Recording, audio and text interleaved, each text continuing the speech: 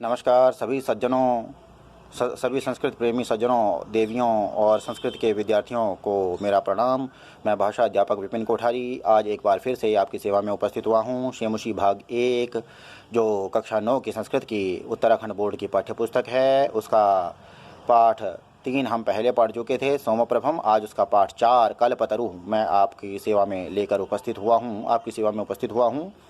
और आज हम इस पाठ का अनुवाद और अभ्यास पढ़ने जा रहे हैं। आशा है आप ध्यान से सुनेंगे। यदि वीडियो पसंद आता है तो मेरे YouTube चैनल को सब्सक्राइब करना ना भूलें और इस वीडियो को लाइक और शेयर अवश्य करें। धन्यवाद। तो मित्रों, प्रस्तुत है पाठ 4 कल्पतरु। तो इसमें देखिए, कहते हैं अस्ति हिमवान नाम सर्वरत्न भूमिर नगेंद्र। नगेंद्र अर्थात पर्वतराज। तो हिमवान नाम का, हिमालय राज का, हिमवान नाम का या हिमालय नाम का सर्वरत्नों को उत्पत्ति स्थल, सर्वरत्नों का उत्पत्ति स्थल जो पर्वतराज है वो उपस्थित है, यानी विराजमान है। तस्य सानोरुपरि, उसकी चोटी पर, विभाति कंचनपुरम नाम नगरम, उसकी चोटी पर कंचनपुर नाम का नगर जो है वो सुशोभित है।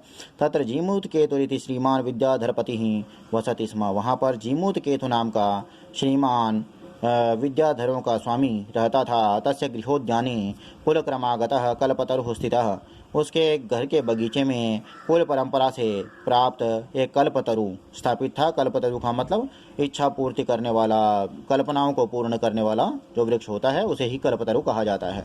स राजा जीमूतकेतुः तम कल्पतरुम आराध्य तत्प्रसादाच्च बोधिसत्वांश संभवम जीमूत वाहनम नाम पुत्रम प्राप्नोत।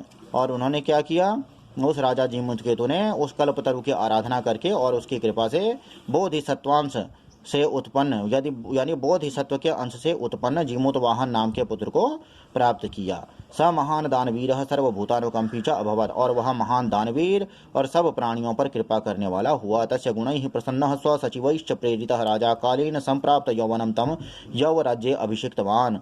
और फिर क्या कहते हैं कि उसके गुणों से प्रसन्न होकर और अपने सचिवों से प्रेरणा प्राप्त करके राजा ने समय से उसे यौवन प्राप्त करने पर, अर्थात युवा होने पर, उसे युवराज पद पर अभिषेक कर दिया। यौवराज्य स्थितः, युवराज पद पर स्थित होने पर, जीमूत वाहन कदाचित हितैषिभिः पितृमंत्रिभिः उक्तः, युवराज पद पर रहने पर जो है ना, जीमूत वाहन ने किसी समय हितैषी पितृमंत्रियों से कहा कि, यानी जो पिता के उनके मंत्री थे उनके द्वारा, वो हितैषी मंत्रियों के द्वारा जीमूत वाहन को कहा गया।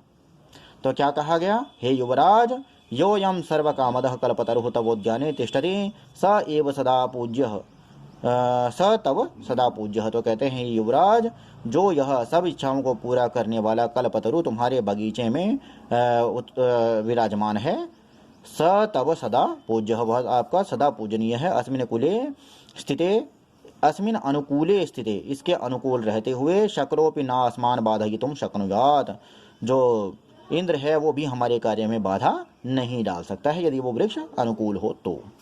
आगे कहते हैं आकर्ण्य एतत्, ऐसा सुनकर जीमूत वाहन अंतर अचिंतयत, जीमूत वाहन ने मन में सोचा, अहो बत, दुर्भाग्य की बात है, ईदृशम अमर पादपम प्राप्यापि पूर्वैः पुरुषैः अस्माकं तादृशं फलं किमपि नासादितं, किंतु केवलं कैश्चिदेव कृपणैः कश्चिदपि अर्थोत्थितः। तो कहते हैं दुर्भाग्य की बात है कि ऐसे अमर वृक्ष को प्राप्त करके भी पहले हमारे पूर्वजों के द्वारा, हमारे पहले के पुरुषों के द्वारा क्या किया गया, वैसा कुछ भी फल नहीं प्राप्त किया गया, अर्थात कोई भी उत्तम फल नहीं प्राप्त किया गया। अपितु केवलम कैश्चिदेव, केवल कुछ कंजूसों के द्वारा थोड़ा सा धन ही मांगा गया। तद अहम अस्मात् मनोरथम अभीष्टम साधयामि। तो कहते हैं मैं इससे अपने अभीष्ट की प्राप्ति करता हूँ, यानी जो अपने मन की इच्छित कामना है उसको मैं इससे पूर्ण करता हूँ। एवं आलोच्य, ऐसा सोचकर उसने क्या किया, स पितुरंतिकम आगच्छत, वह अपने पिता के पास चला गया, आ गया मतलब आया, आगच्छत आया। आगत्य च सुखम आसीनम पितरम एकांती निवेदयत, और आकर के सुखपूर्वक बैठे पिता को एकांत में निवेदन किया। तात त्वं तो जानासि एव, पिताजी आप तो जानते ही हैं, यत अस्मिन् संसार सागरे आ शरीरम इदम सर्वम धनम वीतिवत चंचलम, कि इस कहते हैं इस संसार सागर में शरीर रहने तक, यानी जब तक हमारा जीवन है तब तक सारा धन जो है वो लहरों के समान चंचल है। एक परोपकार एवं अस्मिन संसारे अनश्वरः, एक परोपकार ही इस संसार में अनश्वर है, नष्ट नहीं होता है। यो युगांत पर्यंतम यशः प्रसूते, जो युगों की समाप्ति तक भी यश उत्पन्न करता रहता है, नाम कीर्ति उत्पन्न करता रहता है। तत् अस्माभिर्दिशः कल्पतरुः किमर्थम रक्षते, तो हमारे द्वारा इस प्रकार का यह कल्पतरु किस लिए रखा जा रहा है। यश्च पूर्वैरयम् मम मम इति आग्रहेण रक्षितः, जो कि पूर्वजों के द्वारा मीरा मीरा यह कह करके रखा गया था। ते इदानीं कुत्र गतः गताः, वे इस समय कहाँ चले गए। तेषां कस्य अयम्, उनमें से यह किसका है। अस्य वा केते, या इसके वो कौन थे। अस्य वा केते, या वे इसके कौन हैं, मतलब यह उनमें से किसका है या इसका उनमें से कौन है। तो फिर क्या कहते हैं, तस्मात् परोपकार एक फल सिद्धये तद आज्ञया इमं कल्पपादपम आराधयामि, तो कहते हैं आपके एक परोपकार, तो कहते हैं इसलिए परोपकार रूपी एक फल की सिद्धि के लिए मैं आपकी आज्ञा से इस कल्पतरु की आराधना करता हूँ। तो क्या होगा, उसके बाद कहते हैं अथ पित्रा, और उसके बाद पिता के द्वारा, तथा ऐसा ही हो, इति अभिअनुज्ञाता, इस प्रकार आज्ञा मिलने पर स जीमूतवाहनः कल्पतरुम् उपगम्य उवाच, उस जीमूतवाहन ने कल्पतरु के पास जाकर कहा, दैव त्वया अस्मत् पूर्वेषाम् अभीष्टाः कामाः पूरिताः, तुमने हमारे पूर्वजों के सभी इच्छित काम पूरे किए हैं, उनकी इच्छाएं पूरी की हैं। तन्ममैकं कामं पूरय, तो मेरा भी एक कार्य पूरा करो। यथा पृथ्वीं अदरिद्रां पश्यामि, जिस प्रकार पृथ्वी को गरीबी से रहित देखूं, तथा करोतु देव, हे देव वैसा कीजिए। इति, ऐसा। एवं वादिनी, ऐसा कहने पर जीमूतवाहने, यानी जीमूतवाहन के ऐसा कहने पर, त्यक्तस्त्वया एषो हम यातोस्मि, तेरे द्वारा त्यागा गया यह मैं जा रहा हूँ। इति वाक् तस्मात् तरोर उदभूत, उस पेड़ से ऐसी वाणी उत्पन्न हुई, यानी निकली।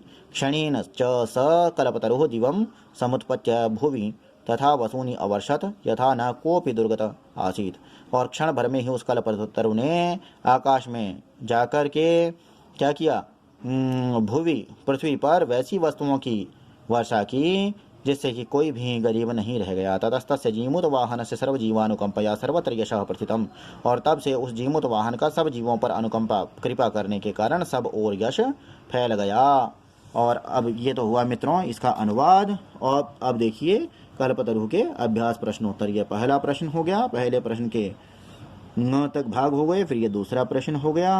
वीडियो अधिक लंबा हो जाता है जिसके कारण से दिक्कत होती है, परेशानी होती है, तो मैं केवल एक नज़र ही इन पर डलवा रहा हूँ, आपकी एक नज़र आपको ये दिखा रहा हूँ, ताकि आप इसको वीडियो को यहाँ पर रोक करके भी आप नोट कर सकते हैं। और ये हो गए मित्रों चौथा प्रश्न, चौथा, फिर ये पांचवा प्रश्न हो गया, पांचवें प्रश्न के बाद ये छठा प्रश्न हो गया, छठे प्रश्न के बाद ये देखिए इसका ख भाग, ग भाग, ङ, और फिर देखिए ये सातवां, और ये यहाँ पर जा कर के ये पाठ समाप्त होता है। वीडियो को ध्यान से सुनने के लिए धन्यवाद आपका, और इस वीडियो को यहीं समाप्त करते हैं। आगे फिर अन्य सामग्री लेकर आपकी सेवा में उपस्थित होता रहूँगा। धन्यवाद, नमस्कार।